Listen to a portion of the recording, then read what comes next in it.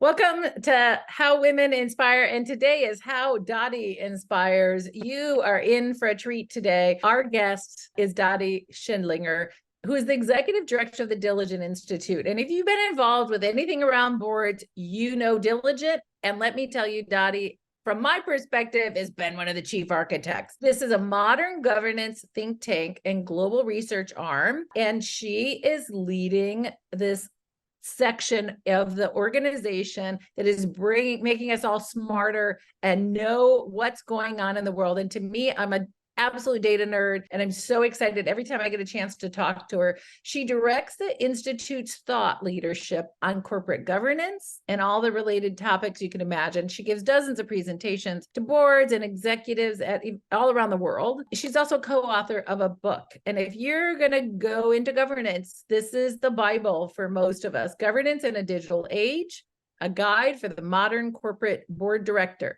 And she hosts the Fortnightly Show, the Corporate Director podcast. And I've been honored to be a guest on that podcast. It's super interesting. So for all of you who are interested in corporate board governance, and especially if you like brilliant women who can throw out data at the drop of a hat and even with cocktails, Dottie, thank you so much for joining us. What a treat to have you with me here today.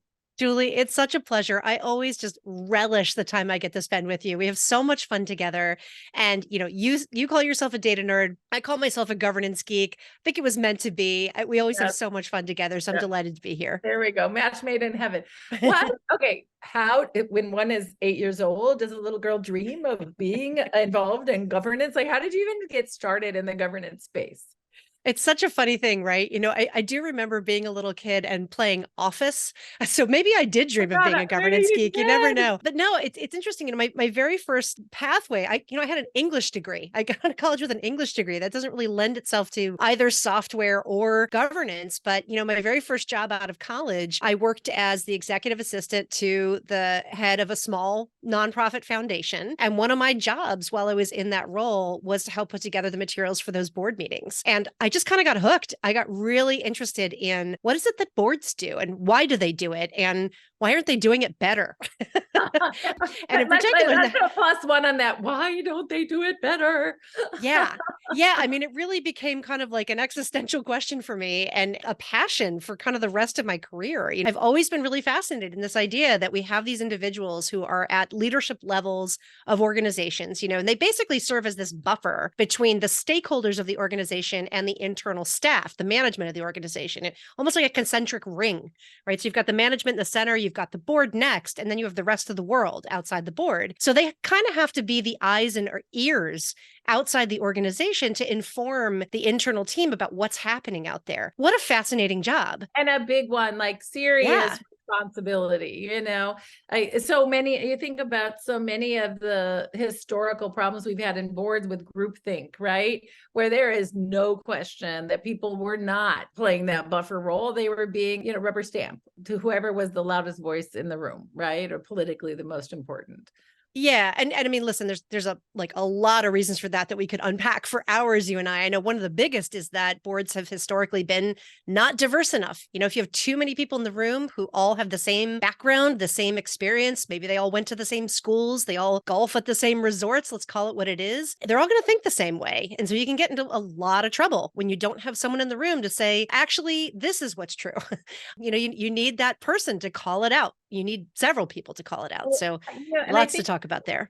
When I first started looking into the issues of board and governance, I'll never forget, like, the CEO of Cisco, Chevron, and Stanford were all on each other's boards. I think now it's not just discouraged. There's a little, in different places, it's really against the rules. That's not okay. But that was common practice. And it's like, I'll have your back if you have mine. And that's not good for shareholders and other stakeholders. Okay, so you kind of got fascinated as an EA and you started to look into what, why, and how. You wrote a book that day, or what did you do? And how did you get to Diligent? Like, how did the Institute come to be?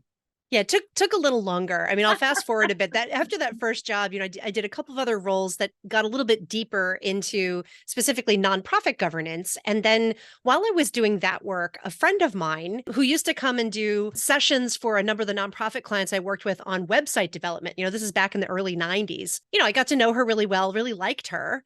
And probably, I guess, around like 2004-ish, she called me up one day and said, I have this idea. I think I want to build a piece of software for nonprofit boards to help make them more efficient. And without hesitation, I said, you have to hire me.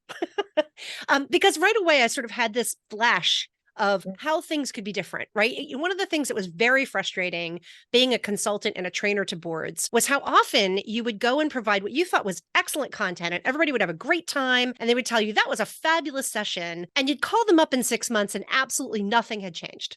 Yeah. They just reverted back to all the same patterns that they had before. It just made no systemic progress. And so I had this idea that, if you operationalized best practice in governance, maybe things would actually change. Maybe if you just sort of automate the stuff that they do badly and automate it in such a way that it's better, maybe that would help them to be better. So I joined forces with my friend. She did take me up on my offer. She hired me. So it was me and her, one other person, and a developer. And we built Board Effect. And Board Effect is still to this day the leading piece of software for nonprofit boards, including healthcare, higher education, et cetera. We built that company really from nothing. We started around, her name is Leanne Berge. We started around her kitchen table, sort of figuring out what should this thing do. And we then built that and really grew it for several years before it got purchased by an equity firm. She and her partner at the time made their exit at that stage, and myself and the developer continued on. We then grew it some more, and then it got acquired at the end of 2016 by Diligent. And that was really kind of like the best day of all of our lives, because Diligent was always this company that we saw as sort of our biggest competitor, but also the company we most wanted to be like, And so when we got to join the Diligent family, it was really just kind of the happiest day ever. It's been an exciting rocket ride ever since. So what was your vision then with the Diligent Institute? Because that's not software. Right. Well, it's funny. When I first joined Diligent, I really didn't know kind of what was going to happen, right? I didn't really know what my role was going to be. I had done so many different things at Board Effect, as you do when anybody listening to this podcast, you've ever been an entrepreneur, you do everything. You run the sales strategy, you build the product, and you unclog the toilets when they need to get unclogged. You do everything. I had been such a Jane of all trades. It wasn't entirely clear where I was going to fit within this larger corporate structure. And I had a conversation with our CEO, Brian Stafford, where he said to me, we don't really have anyone at Diligent who's kind of a governance expert. And I see that you write a lot and you present a lot on these topics. Would you have any interest in doing that for Diligent? I felt like I just won the lottery. I mean, it was the thing I most wanted to do. And I'd just been asked to do it for the biggest company in the space. So that was really cool. And over the years, we just decided maybe we need to coalesce all of this thought leadership and all of these presentations and all of this knowledge into a venture, and that became known as Diligent Institute. So Diligent Institute has really become sort of the home of all the thought leadership and all of the research and education and shows around best practices in corporate governance. And we've really grown it now. We launched the venture at the end of 2018. So we've been growing it really for the last 5 years. And it's just been so exciting. Well, everybody talks about it, and I know it's a darling and critical resource in the board governance space. What's your favorite story? You have a story of like transformation or something you're most proud of as it relates to it? Yeah, I mean, well, there's a few. I think maybe the thing I'm most proud of, though, is we started at the end of 2021 to build out certification programs for corporate directors. And the very first one that we started with was on climate leadership, because at the time, I love that that's the first one. Yeah. Right? Yeah. Wind the clock back, right? I mean, there's lots of programs out there, including really good ones from places like the NACD and Harvard and Stanford on how to be a good corporate director. There's lots of those programs. But what we really kind of realized is that there weren't enough programs that were really nimble, quick turn, and current, really focused on things that were hard about governance today. And we thought, we really have something we can offer here, because at Diligent, we have software in the climate space. We have carbon accounting software and disclosure software. And so we'd been spending a lot of time getting very well versed in what was happening on the regulatory front, what was happening on the legal front, what's happening with litigation, what were some of the conversations happening around boardrooms. We were doing a ton of that research. And we thought, we've actually researched this enough. We probably have something that we could provide back that would be of value. So we built the climate leadership certification program. We did that in partnership with a law firm, Kirkland and Ellis. And it was just really fantastic. It was such a great experience. And we launched it. It took off like a rocket. And we actually won a Stevie Award for it. It was a Stevie Women in Business Award for Best Program in Sustainability that year. And it felt like such a high watermark for us that here we built this little thing and it was really taking off. Now the program has been accredited. When you take the program, you can receive continuing legal education credits, continuing CPA credits. It's gotten rave reviews from over 150 directors that have graduated from the program. So it's just been really exciting. And that work is very satisfying. Since then, we've now built 3 other programs. So we have one on ESG leadership. We have one on cyber risk and strategy. And today, we just launched AI ethics and board oversight. And we're not stopping. We're continuing to build new programs all the time on these emerging areas that directors are finding really challenging to oversee.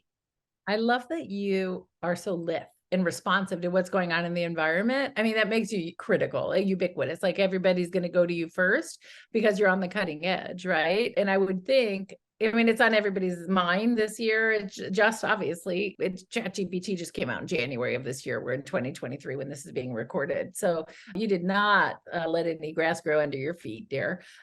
When you think, get out your crystal ball, do you see what's coming down besides AI? Or is it yet to be seen what next year's big, exciting crisis drama need is going to be?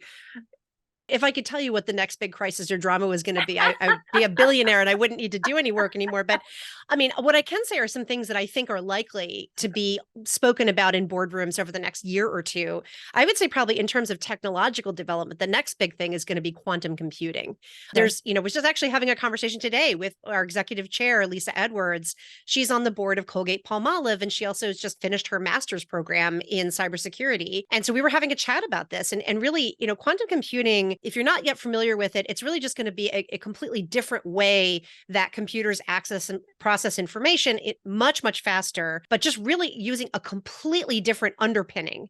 And I am not a computer scientist. I know just enough to be dangerously wrong. But one of the things that is a big concern that I think is going to get a lot of airtime in boardrooms in the next few months is that when quantum computing becomes the norm, actually really all of the things right now that protect our data will be invalid. Everything is protected right now with encryption keys. Yeah. None of those encryption keys will work in quantum computing because it uses a different style of processing. So there's a lot that we need to get ready for. If it were to be available tomorrow, everyone's bank information, everybody's sensitive information would just be open because all the ways that we currently protect and encrypt things would be invalid.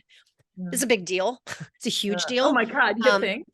Yeah. So clearly there's a long way we have to go before that can kind of come on the market without really just creating a huge, huge level of risk for every organization and really for every person. Yeah. So I would say that one's going to get a lot of airtime. I would say, some of the other things that continue to get airtime, quite frankly, are around climate change. I know it seems like ESG has become a dirty word, but when we do our surveys, we do our research, we just did a big report a month ago with Spencer Stewart, a global report asking directors, what are they talking about related to sustainability? And the truth is they're not backing away from their commitments at all. They're not backing away from talking about these issues in the boardroom at all. They might just not be using the term ESG. And why is this? Because they still recognize that what's happening with climate change represents massive areas of both risk and opportunity for their businesses. I just don't think a lot of these issues have been settled. There's still a long way to go. So there's a lot more to talk about. You've heard me say it before. My goal is for you to run the world. And let me tell you why. It's not just because I think you're fabulous, badass, and you know that I do. It is actually protective for all of us. When you have diversity on a board, for example, product recalls happen 3 times faster. Companies perform better. It's better for people, it's better for profits, and it's better for the planet. We need you to join a corporate board, and we need you to know when to advocate for it in your day job. October 16th through the 20th, How Women Lead is hosting our extremely successful 4th annual Get On Board Week. This week is full of virtual programming, content rich, but also connecting. And we know 85% of all board searches are word of mouth and through connections. We want to connect you with private equity firms that are seeking board members. We want to connect you with other women board members who've already done it, who are being tagged and can't take all the board seats that are coming their way. We will have board opportunities that we will share with you.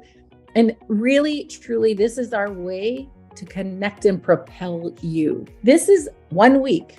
But what happens is people connect with people on LinkedIn, or they create mastermind groups that they support each other all year long. I want you to step up and be part of the solution. My daughter needs you on the board. But I also want to inspire you to think about all the women around you where you can be the person who inspires her and says, I see you on a board. I think you should be on a board. Check it out. Come and explore. Invite 10 friends. Tell them that you believe in them. It's the greatest gift you can give. Somebody did it for you, and I want to encourage you to do it for another woman. I look forward to seeing you at Get On Board Week so we can get thousands of women on boards. This year, our focus beyond the private boards that we've always focused on, we're adding the private board space. It's time. Thanks for your partnership. Send the letter back down and help another woman get into action.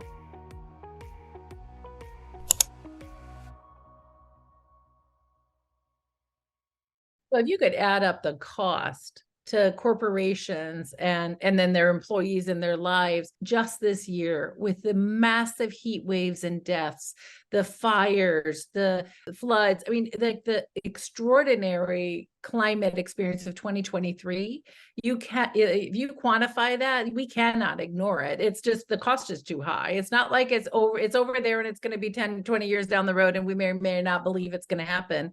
Like the cost is real. You can add it up. You can put it on a spreadsheet. And it is happening, right? I mean, we're seeing, sea level temperatures that have never been witnessed before. This is, again, the hottest summer on record. And that's been true for the last 5 summers in a row. I mean, we have to really I think a lot of boards have really just come to grips with, we have to think about what this means for our supply chains. What does this mean for our employment? What does it mean for our ability to attract and retain talent in these places in the world where we have facilities that pretty soon may be uninhabitable? Like, what are we going to do? Yeah. And depending on your business and depending on your industry, you're in a real tough spot. There are lots of industries that you wouldn't think of, like, well, how is climate change going to impact this company? And then you realize, oh, all the materials they use in their business are sourced from places on Earth that might not be habitable in another 10 to 15 years. And so, it's serious. They have to spend some time really thinking this through. Okay, so I loved your explanation earlier about the role of the board. And I think of like the staff's role, the team, and this is overly simplistic, is to have their heads down getting the work done. And that a board needs to be, frankly, being a futurist to some extent. It needs to be asking the questions that they just haven't had time to really dive into. And it kind of, some of us, it'll be a passing thought, oh, I need to be able to, get my arms around what's going on with quantum computing, but, well, when the board members bring it up and remind you, right, it's not like people's heads are completely in the sand, but it really just helps elevate everybody's thinking and think about risk. When you think about a board and great governance, can you talk about, like, if I'm a new board member, what are the most essential things that I should be thinking about, both for my own professional development as a board member, but also in my own governance role? Yeah, great question. That's a humongous question, right? It's a big question, but I might actually be able to boil it down a bit. And I certainly didn't invent this. This is probably very well known. People have heard it a lot, but it's really, the board really has 3 jobs. It's insight, oversight, and foresight. So, the first thing is that you have to be able to take the information that you're getting from within the company and look beyond the data and try to derive what's the insight. Like, what can I learn from this data? Quite often, companies aren't the best at giving information to the board. They often sort of give them reams of paper or reams of data, hopefully not paper anymore. What's the point of those 280 pages? Right, exactly. Or the 280 slides, which is really what it is now, and it just has like all the data broken down, but that's not really what the board is looking for. What they're looking for is, what's the insight? What should I take from this? What should I learn from this? And even better, like, what are the big questions I should be asking about this? What should this prompt for me? So that's insight. Oversight is really just being a little bit of the watchdog on behalf of the shareholders and the stakeholders of the organization, making sure things are going the right way. Are we doing the right things? Are we behaving in an ethical fashion? I mean, a good example is AI. This is one of the reasons why our program isn't just what is AI, it's AI ethics and board oversight, because there are a lot of ethical conundrums when it comes to AI. You know, the way that it plays out, it could be rife with bias. It could create really harmful outcomes for stakeholders if it's not done right, if it's not overseen correctly. So boards have to provide that level of oversight, not necessarily from an operational level, but from a high leadership level, asking questions of management. How are we handling this? Are we in compliance? Are we doing this legally? Are we doing this ethically? Is this really in line with our corporate values, right? That's oversight. And then foresight is to the best of their ability. They have to be able to try to see around the corner. Yeah, that's the thing. When you talk to a board member, you ask them what keeps you up at night, they most say is, I don't know what's coming next. I don't know what's coming around the corner. And of course, really being a prognosticator is impossible, but you can look at trends and you can start to sort of see what are some of the big rocks that are out there that might get in our way and how should we be prepared for them. One of the most powerful ways that boards can do that is to do tabletop exercises. You know, think, for example, like a cybersecurity tabletop exercise where they get together and they have a cyber incident response plan. They're not in the middle of a crisis right now, but they're practicing as if they are in one. And it just helps them to see, okay, where are we going to have shortcomings? Where do we need to get stronger? Where do we need to get smarter? That's very helpful. It doesn't actually make an incident happen, but it does make sure that when an incident happens, they're a little bit more prepared. They've practiced once or twice. They know kind of how to handle it. So boards need to really try the best of their ability to have that foresight and just always be learning, you know, have that growth mindset. Always be learning, always look for more information, try to understand, you know, what are some of the things that might catch you flat-footed and be prepared for those things. Fantastic. Listen, this is absolutely essential information for us and board governance. Let's talk about you a little bit. Do you mind? Sure. So when you think about your own leadership, I mean, you're innovating and pushing the boundaries all the time. Where does that come from? Like, how did Dottie get her stripes? I'm just an insufferable nerd. Like, Yeah. I'm just so curious about everything. There's so many different things I find endlessly fascinating. And particularly when it comes to corporate governance, I think the reason I find this so interesting, some people think it's such a dry topic, but really, you know, if you boil down the essence of the definition of the word governance, governance is really the term for the way a group of people decide to do things. So that's kind of psychology and it's kind of nuancy, but I just think that is really interesting. Like, why do we decide to do things the way we do? And what are the outcomes of those decisions? I think that's really interesting. And that is governance. Yeah. So I'm just endlessly curious about what makes people tick, why they make decisions they make. When things go wrong, why'd they go wrong? When things go right, why'd they go right? I find all of that interesting and it drives me. That curiosity drives sort of a hunger to go get the answers. And when I get the answers, I like to share them. You know, what's the point of just getting the answers for yourself? So I take those answers and I help fuel research or write a paper or write a book or create a course because it's way more fun when you're doing this to help others than when you're just doing this to satisfy your own curiosity. Well, and also great to do something that's so important that everybody wants to hear what Dottie has to say. I mean, I think that's the other part of this. It's probably got to be so rewarding about being that edge, the person on the edge, right? Helping everybody see.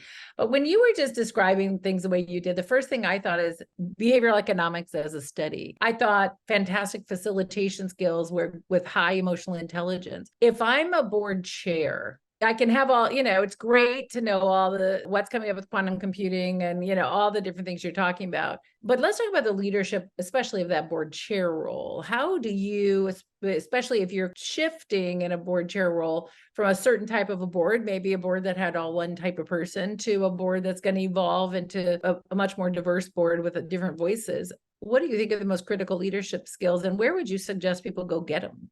Such a great question. I mean, yeah, you know, the role of the board chair or the lead independent director, those roles are just absolutely critical and they're becoming more so. The work of the board has gotten way harder. That job is just a totally different and a much more challenging and demanding job than it was 10 years ago. There's no question. I mean, 10 years ago, it would have been unheard of to have board members talking about talent risk and climate change and supply chain disruption and cybersecurity and AI. Yet they talk about these things all the time. I mean, these are just table stakes now. You have to be aware of all these things and you have to know how to oversee them. So the job is a lot harder. I think one of the things that really sets great board chairs apart from not as great board chairs, is a high EQ, right? They Yeah. have to be able to create a very strong strategic partnership with their CEOs. And this is true, I would say, of lead independent directors when the CEO is also the chair of the board, because you have a lot of CEO chair folks in corporate life, but you have a lead independent director for a reason. And that's because you need someone who can form that strategic partnership and create that bridge between the board and management. That bridge is critical. And often when there's a scandal or there's something that goes dreadfully wrong, that bridge wasn't strong. Like something happened in that relationship where there wasn't mutual goodwill and trust. And that mutual goodwill and trust is absolutely essential for things to work the way that they're supposed to. And that mutual goodwill and trust goes in two directions for the chair. It's with the management, but it's also with the rest of the board. That board chair is critical to ensure that all the voices around the board table are being heard before a decision gets made. Because we know the old adage, right? Once the decision gets made, the board stops arguing. Yeah. In theory, that's the way it's supposed to work, right? Once the decision is made, you all now are singing from the same song sheet, right? We've made the decision. This was the decision. You don't go off and say, well, I hated that decision for these 5 reasons. No, the board is made up of individuals, but when you make a decision, you are a body. And the chair kind of sets that tone. And if the chair isn't strong and isn't able to kind of garner that level of trust and create that level of buy-in from across the board, things can go very, very wrong. But part of that isn't just constantly building consensus. It's about welcoming dissent. Really not just welcoming, but encouraging dissent. If there's no dissent around the board table, the board has abdicated its duty. Yeah. They have a duty of care, and that duty of care is a legal responsibility for them to make the best decisions in light of all the available information. But if you shortcut the discussion, do you really have all the available information? So there's a real careful balancing act that chair has to have. And where you can kind of build those skills, a lot of board chairs are former CEOs. I think that is a good training camp for good board chairs. It's not the only training camp, though.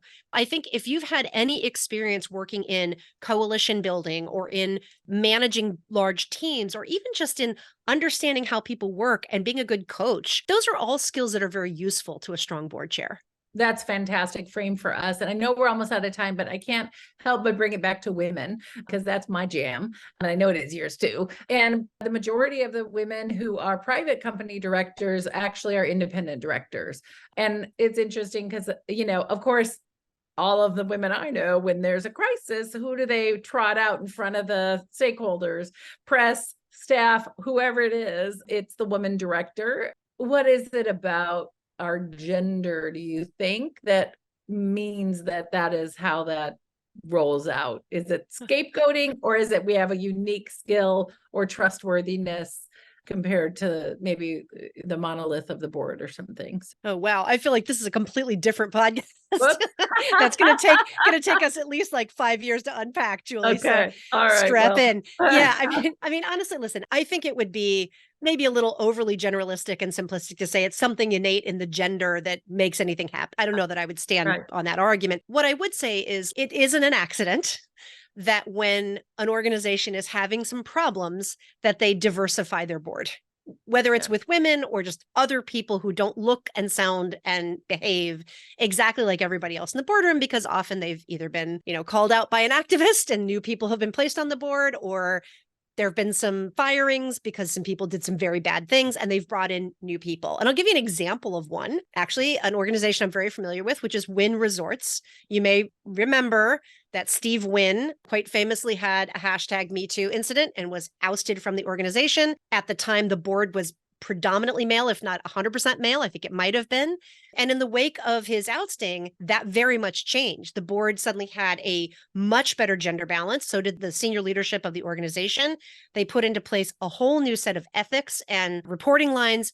And interestingly, that all happened before COVID. And as you might recall, Las Vegas had a really hard time during COVID, with one exception, and that was Wynn Resorts. Yeah. Wynn Resorts did a really, really outstanding job of protecting their team for as long as they possibly could. They kept 100% of their team employed, far, far, far longer than any of the other resorts. And when they did finally have to start making cuts, they did them very thoughtfully and as small as they possibly could. And when they were able to reopen their doors, they rebounded the fastest. I don't think those things are necessarily an accident. I think, they got some fresh perspective in the room. They got people from different industries, men and women, and people of color, different diversity, to just look at the situation differently. And with those fresh eyes and those fresh perspectives, they were able to see some things that maybe needed to be handled differently than they had seen in the past. And I think that just speaks to why women and other, diverse characteristics on boards just provides such strength. You're not all seeing things the same way. You are bringing different perspectives. And I think companies know that that's something they can leverage when things have gone wrong. All right, Dottie, I have 1,000 more questions, but we should wrap up. How can people find you if they want to buy your book, if they want to partner with Diligent? 2 easy ways. You can find me on LinkedIn at GovTechGeek. That is my handle.